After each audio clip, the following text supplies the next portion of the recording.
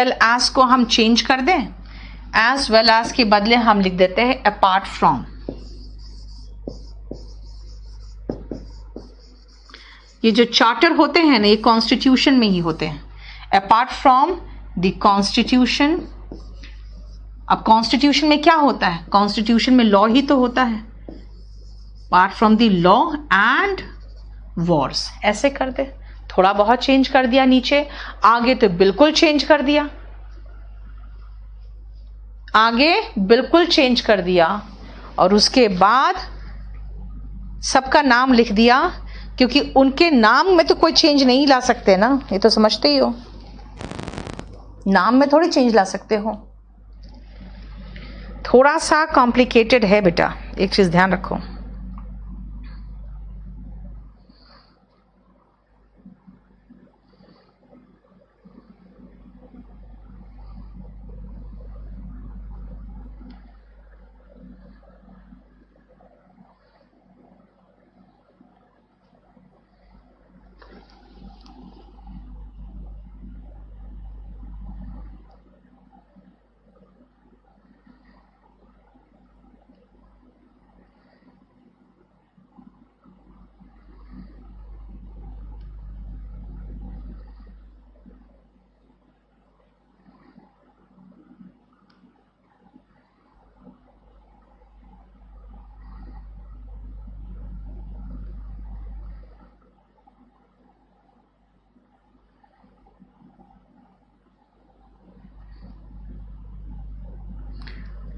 ठीक है, थोड़ा सा कॉम्प्लिकेटेड है बेटा।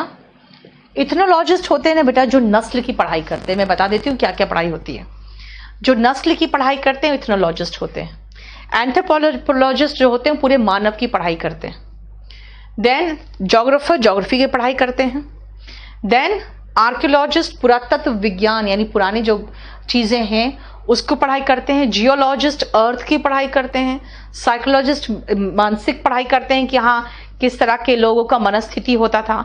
एस्ट्रोनॉमर्स तारे और प्लैनेट्स के बारे में पढ़ाई करते हैं। एनिमल्स के बारे में, सारे जीव के बारे में, केमिकल के बारे में, समाज के बारे में, एंड उस समय का जो इकोनॉमी था उसके बारे में।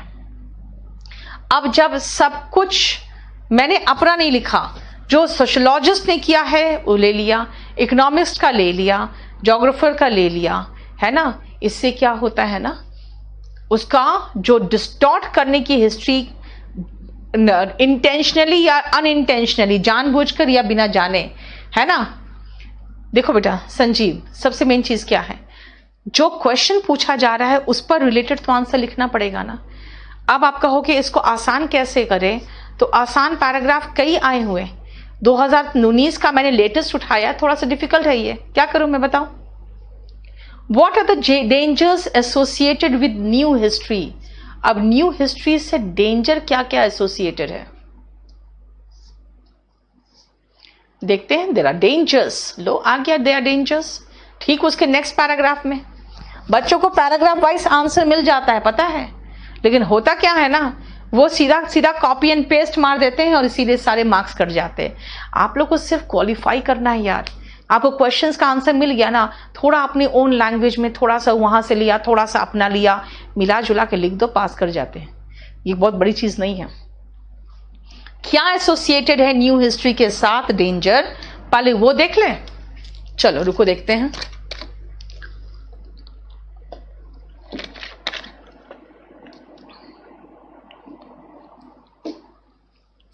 There are dangers as well as virtues. Virtues का मतलब होता है अच्छाइयां। In the vast scope of the new history, हमें तो सिर्फ डेंजर देखना है। Over popularization and under specification tend to cheapen history and to destroy some of its qualities as basic and sober study.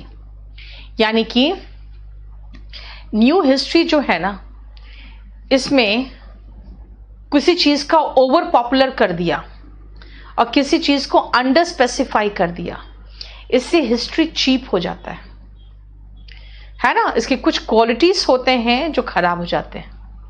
There are decided advantages in the compre. Yes Ajay, generally sequence में ही होता है। advantages in the comprehension of the broad scope of history. But in addition, the student should be able to appreciate the depth of the subject. Years of research have been spent and volumes have been written on a single topic. एक topic पे सालों साल research हुआ है और कई की किताबें लिखी गई है. Without these specialized works, surveys would be of no particular value. इन सब स्पेशलाइज्ड वर्क को पढ़े बिना सर्वे करने का कोई मतलब नहीं बनता है. However, some of the historians of new history have sacrificed important fundamental facts in order to make a chronicle of heroic persons and romantic occurrence. हुआ क्या है ना, जो न्यू हिस्टोरियंस है ना, उसने इम्पॉर्टेंट फंडामेंटल फैक्ट्स को ताक पे रखकर हीरोइक पर्सन्स का क्रॉनिकल बनाया और उसके रोमांटिक जो ऑकरेंस है ना, उसको बहुत ज़्यादा बढ़ा चढ़ा के दिखाया. They have overstepped the point where history and fiction should meet. यानी कि उन लोगों ने हिस्ट्री को ऐसे दिखा दिया कि हिस्ट्री और फिक्शन के बीच में डिफरेंस ही समझ में नहीं आता है अब तो. चाहे आप मुगले आजम की कहानी ले लो, ठीक है, या अभी हाल फिलहाल जो कहानी आया था, किसका कहानी था यार, जिसमें दीपिका थी, ठीक है, भूल रही हूं मैं. तो ये सारी कहानियां जो है ना, ओवर फिक्शन है, मतलब हिस्ट्री को फिक्शन बना के छोड़ दिया. The historian should make his description of the past life like. अब जोधा अकबर, अरे भाई ऐसा बना दिया ना कि देख के मतलब हंसी आती थी, क्या बना के रख दिया. The historian should make his description of the past life like होना चाहिए. Hence he must include grim realities as well as romantic incidents. Grim जो रियलिटीज है, ग्रीम रियलिटीज दिखनी चाहिए. ठीक है, रोमांटिक इंसिडेंट सब दिखा रहे हो, अच्छी बात है, लेकिन जो हकीकत है, सच्चाई है, वो सब तो आप दिखाओगे ना. ठीक है. नाउ सी, अब इनसे पूछा है कि डेंजर्स क्या है.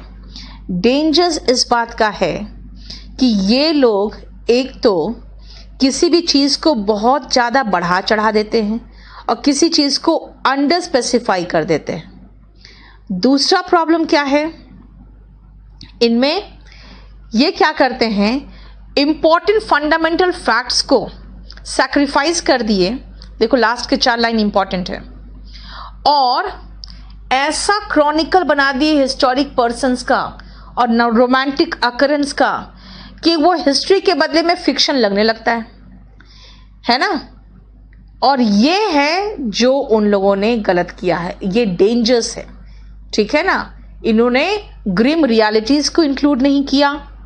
इन लोगों ने उनके रोमांटिक अकरेंस को बहुत रियलिटी के बदले में फिक्शन बना के छोड़ दिया, है ना. वर्च्यूज का मतलब बेटा अच्छाइयाँ होता है. पद्मावती, हाँ, जैसे पद्मावती की बात करोगे, पद्मावती तो खैर पद्मावती छोड़ दो यार, पद्मावती तो हिस्ट्री ही नहीं है. ठीक है, पद्मावती हिस्ट्री नहीं है. इनफैक्ट क्या है मैं बताती हूँ, पद्मावती के थ्रू एक पोयम है पद्मावती का.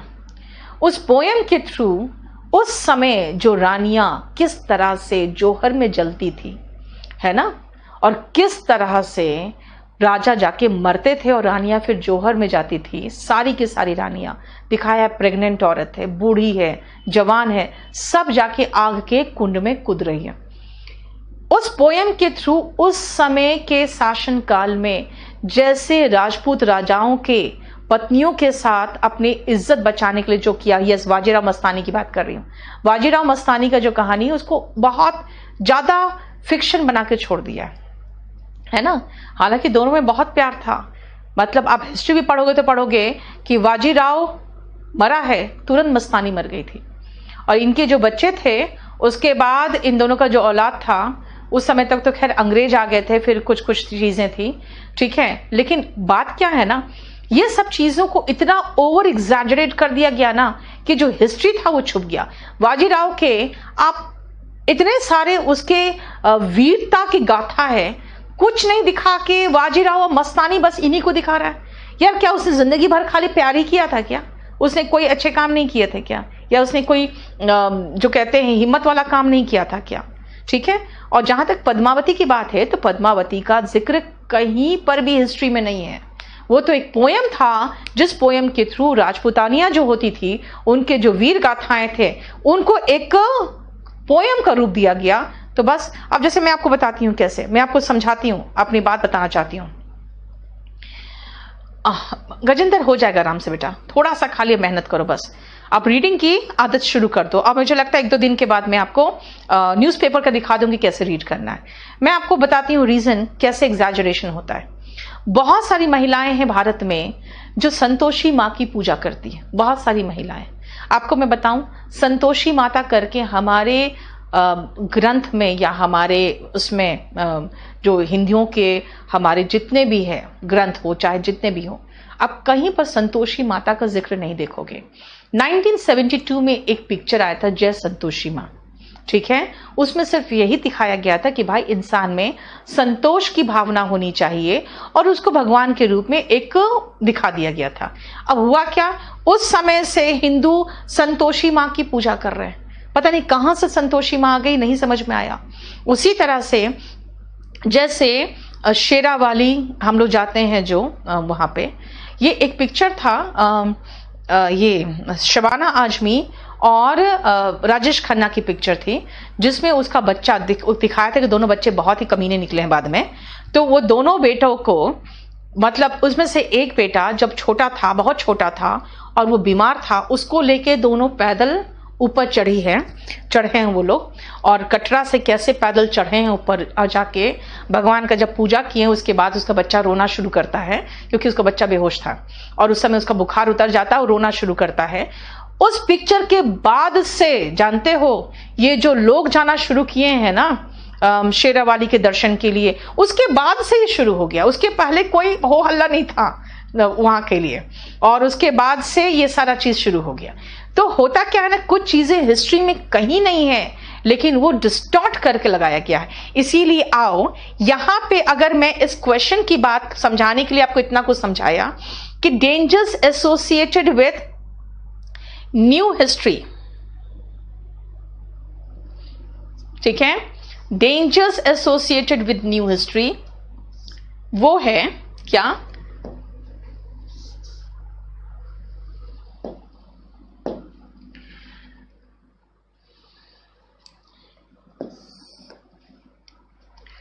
न्यू हिस्ट्री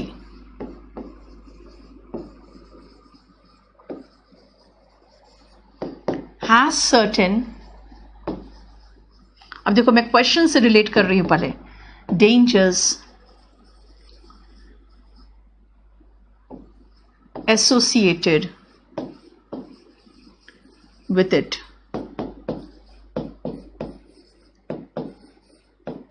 क्या क्या डेंजर्स है देख लो। certain things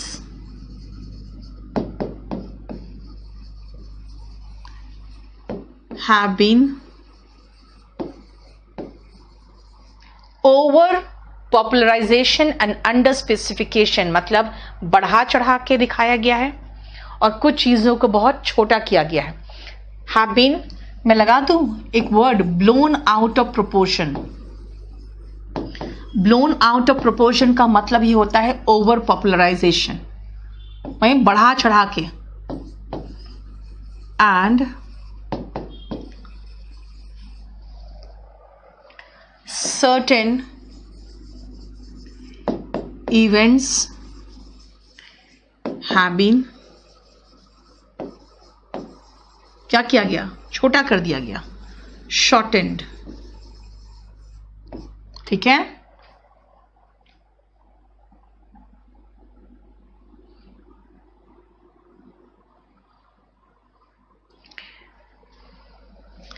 शॉर्टन करके क्या हुआ, sacrificed important fundamental facts have been shortened and thus the important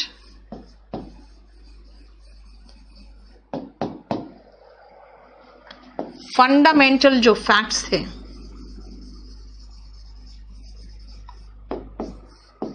उनके साथ कॉम्प्रोमाइज किया गया है, पैसिव वॉइस है, have been compromised.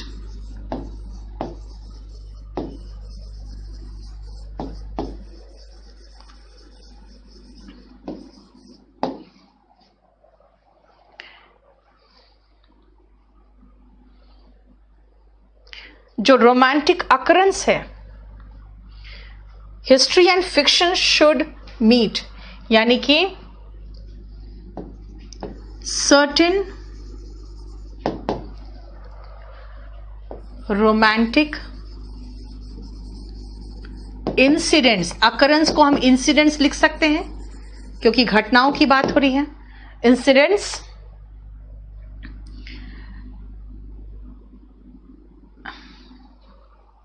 ऐसे लिखते हैं, in certain romantic incidents fiction is more and history is less. Now ये सारे न्यू हिस्टोरियंस ने ही करके रख दिया है, हिस्ट्री इज लेस, ठीक है।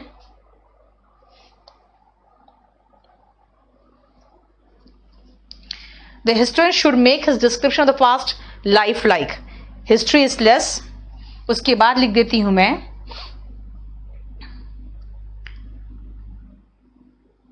तो ये तो सलाह दिया गया, सलाह दिया गया, वो छोड़ो, सलाह का क्यों लिखूं मैं। पूछा गया है कि न्यू हिस्ट्री डेंजर कैसे है, ठीक है।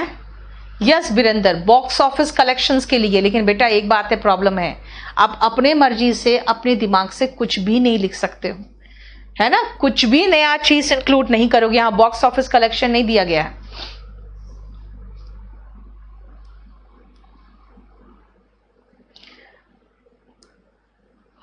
फिजा, आप अपना जो मटेरियल है ना, अपना जो सब्जेक्ट है इंग्लिश में रीड करते रहो।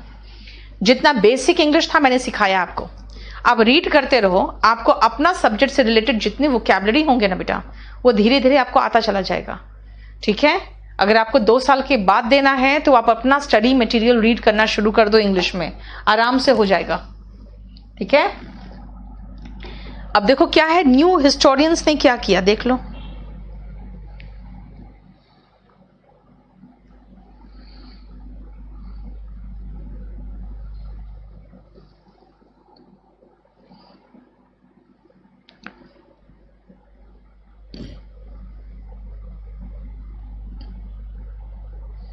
एक सेकंड रुकना बेटा।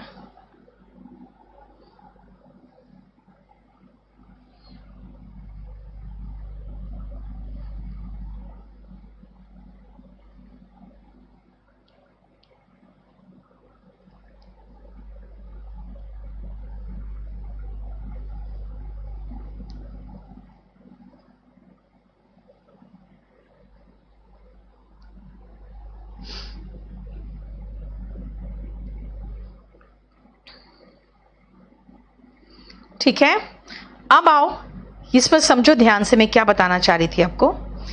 मैं यही समझाना चाह रही थी इसमें कि देखो बेटा, इंग्लिश में आपको सिर्फ मीनिंग समझो, उसको अपने लैंग्वेज में लिखो, तभी मैं बार बार आपको आपके लैंग्वेज में लिखने की कोशिश करवा रही हूँ। मैंने यहाँ पर पढ़ा क्या कि भाई बोलना चाह रहा है, जानते हो क्या, ओवर दिखा दिया कुछ चीज़ को अंडर दिखा दिया और हिस्ट्री को चीप बना दिया। some of the qualities as basic and sober study हटा दिया। उसके बाद क्या हुआ कि वॉल्यूम्स लिखे गए हैं भाई किसी भी बात पर, बिना उनका सर्वे किए, बिना स्पेशलाइज्ड वर्क किए कैसे आप कुछ बना दोगे। इन लोगों ने क्या किया, इंपॉर्टेंट फंडामेंटल फैक्ट्स को कॉम्प्रोमाइज किया है, सैक्रिफाइस किया है, और फिक्शन लगता है, हिस्ट्री कम लगता है। बस यही सबको मिला के हमने लिख दिया कि new history has created dangers, certain dangers associated with it. क्यों? Certain things have been blown out of proportion, कुछ चीजें बढ़ा चढ़ा के बोली गई है, and certain events have been shortened, और कुछ इवेंट्स को छोटा कर दिया गया, and thus the important fundamental facts have been compromised, और उसके साथ समझौता किया गया जो इंपॉर्टेंट फंडामेंटल फैक्ट्स थे। कुछ certain romantic incidents, fiction is more and history is less. कुछ इंपॉर्टेंट, कुछ रोमांटिक इंसिडेंट्स में फिक्शन ज्यादा है और हिस्ट्री कम है, ठीक है। उसके बाद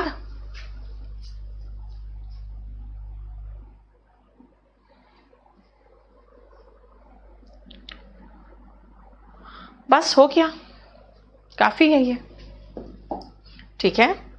अब आओ लास्ट क्वेश्चन, तो लास्ट पैराग्राफ में मिलेगा, why is it difficult to define and evaluate civilisation.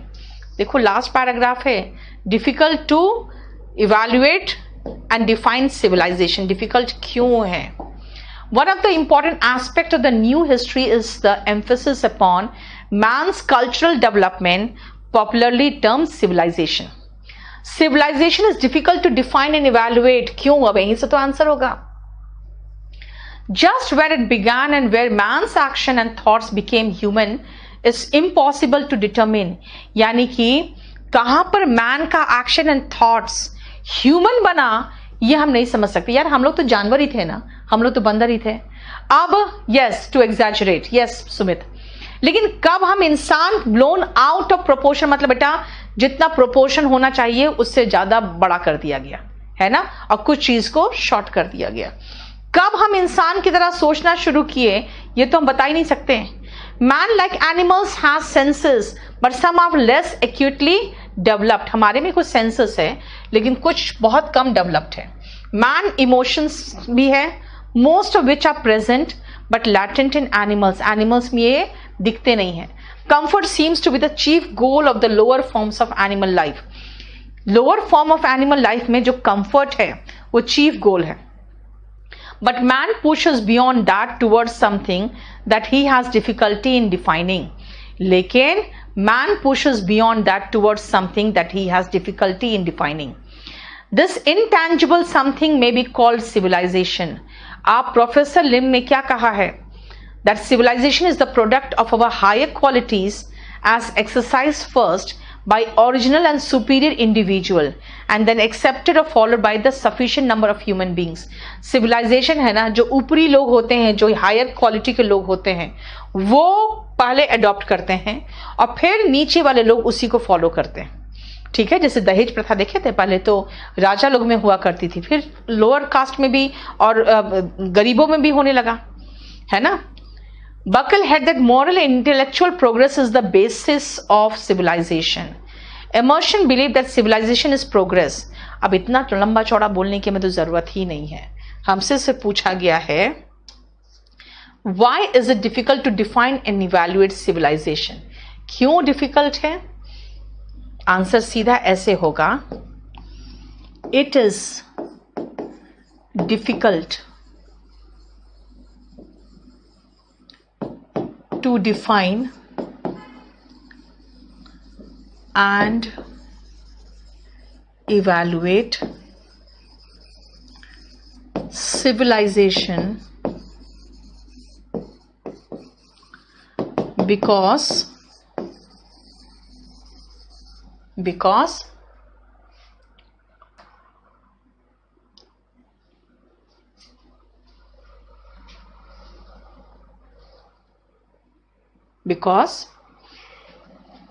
it is impossible to determine. It is impossible क्या impossible to determine. क्या डिटरमिन करना इम्पॉसिबल है? क्या कि मैन का एक्शन कब ह्यूमन हुआ? when we became human in our thoughts and actions. यानी हम जानवरों से इंसान कब बने वो हमें पता ही नहीं है। एक तो सबसे पहला, ठीक है, Man like animals have senses, but some are less acutely developed. Man में emotion है which are present but latent in animals, है ना। Comfort seems to be the chief goal of the lower forms of animal life, but man pushes beyond that towards something that he has difficulty in defining. This intangible something may be called civilization. यानी हम लोगों में कुछ ऐसे senses है जो less developed है, लेकिन हम में इमोशंस है जो एनिमल्स में दिखते नहीं है, है ना। we have emotions which are not क्या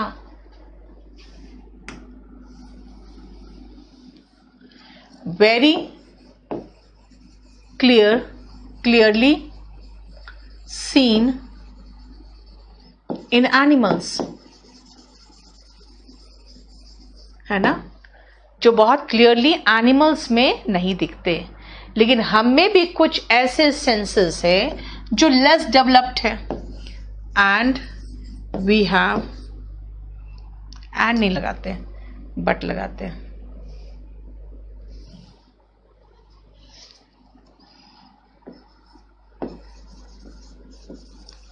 But we have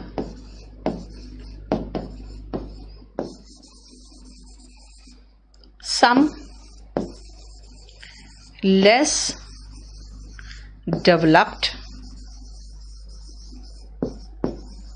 क्या लेस डेवलप्ड है हमारे में? Developed senses too. जैसे हम में सूंघने की शक्ति कम है, हम लोग बहुत दूर नहीं देख पाते हैं, जानवर लोग में बहुत स्ट्रांग सूंघने की शक्ति है. यस अर्पित, बाकी के राइटिंग्स भी इंप्रूव होंगे, आपकी रीडिंग भी इंप्रूव होगी, और आप लोग को आसान अगर बोलोगे तो मैं पहले आसान लाके करा दूं. मैंने लास्ट ईयर का ही उठा लिया था सीधा. ठीक है, पहले इतना लिख लो.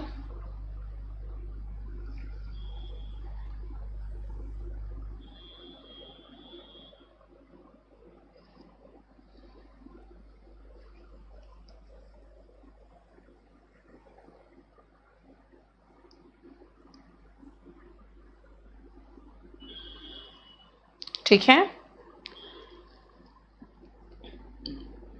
Civilisation is difficult to define and evaluate. क्यों? क्योंकि हमें पता ही नहीं है कि कब हम ह्यूमन बींग्स बने, है ना. हम में कुछ इमोशंस है जो जानवरों में नहीं है, जानवरों में कुछ ऐसी चीज है जो हम में नहीं है. ठीक है, इसके बाद आपको लिखना पड़ेगा.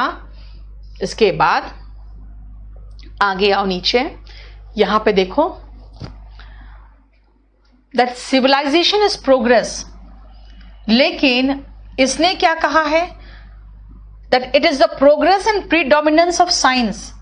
इसका मतलब है कि जो बकल ने क्या कहा कि सिविलाइजेशन क्या है? Moral intellectual progress is the basis of civilisation.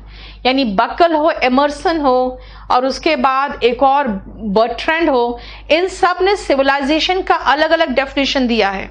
इसलिए मैं कह सकती हूं, आगे लिखेंगे, different people defined civilization in different manners.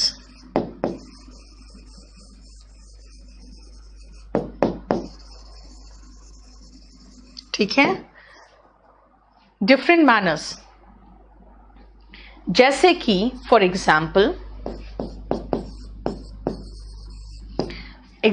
के बाद सीधा आप यहां से उतार सकते हो, क्योंकि बात क्या है ना, किसी ने कुछ डिफाइन किया है, उसको हम चेंज नहीं कर सकते. जैसे कि प्रोफेसर, इसने said that civilization क्या है? is the product of our higher qualities exercised first by original and superior individuals and then accepted by or followed by sufficient number of human beings to make a social fact. जैसे मैंने कहा ना, दहेज प्रथा राजा लोगों ने शुरू किया और उसके बाद समाज में उतर गया. अच्छा, बकल हेल्ड दैट, तो मैं कहूंगी बकल सेड दैट. ठीक है ना, चेंज कर दो थोड़ा सा, लेकिन उसने क्या कहा उसको चेंज नहीं कर सकते. फिर एमर्सन, अकॉर्डिंग टू एमर्सन लिख सकते हो. According to Emerson,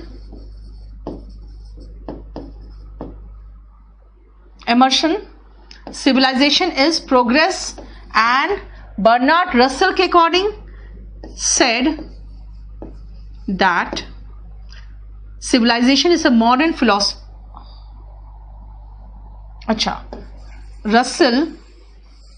Russell thinks that it is the progress and predominance of science. ठीक है, इसीलिए हम कह सकते हैं it is not possible to define civilization. हम ये कह सकते हैं, डिफरेंट फिलोसफर्स भी लिख सकते हैं, द डिफरेंट फिलोसफर्स। लेकिन बेटा बात क्या है ना, 15 मार्क्स का है, 15 मार्क्स का है, तो आपको डिफरेंट फिलोसफर्स, कौन कौन से फिलोसफर्स हैं और उन्होंने क्या क्या कहा सिविलाइजेशन के बारे में, आप कह सकते हो कि इसके पहले वाला भी पोर्शन अगर छोड़ दोगे ना, यहीं से शुरू कर दोगे कि different philosophers define civilizations in different manners. People हटा के ना फिलोसफर कर दो, क्योंकि पता है क्या है, या फिलोसफर्स या हिस्टोरियंस भी कह सकते हो।